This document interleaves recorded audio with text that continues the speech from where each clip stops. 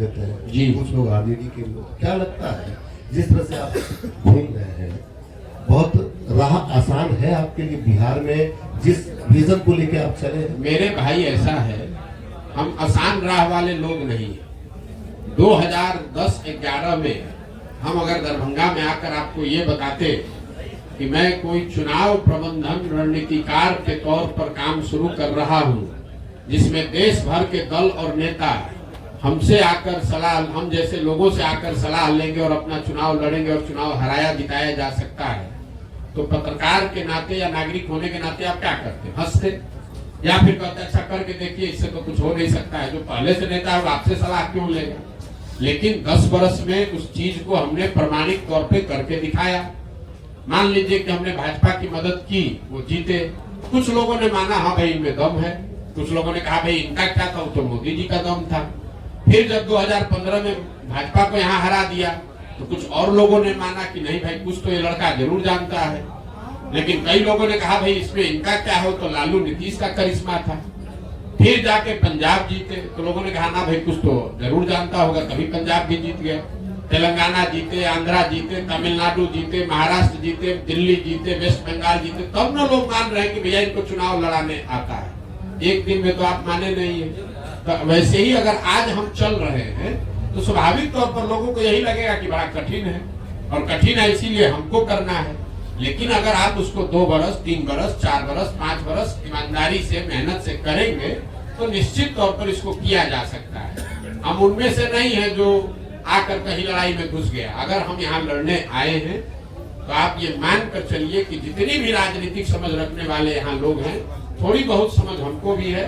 आप ये मान कर चलिए कि इसके जीतने का पूरा खाका हम बनाकर आए हुए।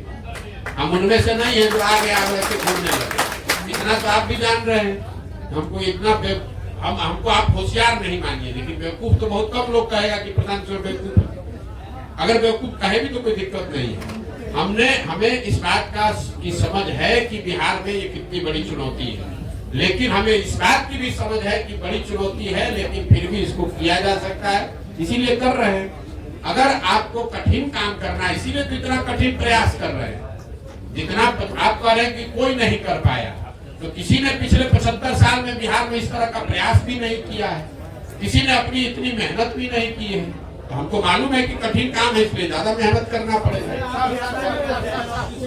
आप विकल्प की बात कर रहे हैं सर, उम्मीद की जाए जो आपकी यात्रा समाप्त होगी और जो समस्याएं आप देख रहे हैं तो 15.5 महीने में जो आपने देखा और आगे भी जो देखेंगे उसका समाधान कब तक? देखिए, मैंने अपने यात्रा के लिए अन्य पदयात्रियों के मुकाबले या दूसरे यात्राओं के मुकाबले मैंने कोई दिन और समय किलोमीटर निश्चित नहीं किया है।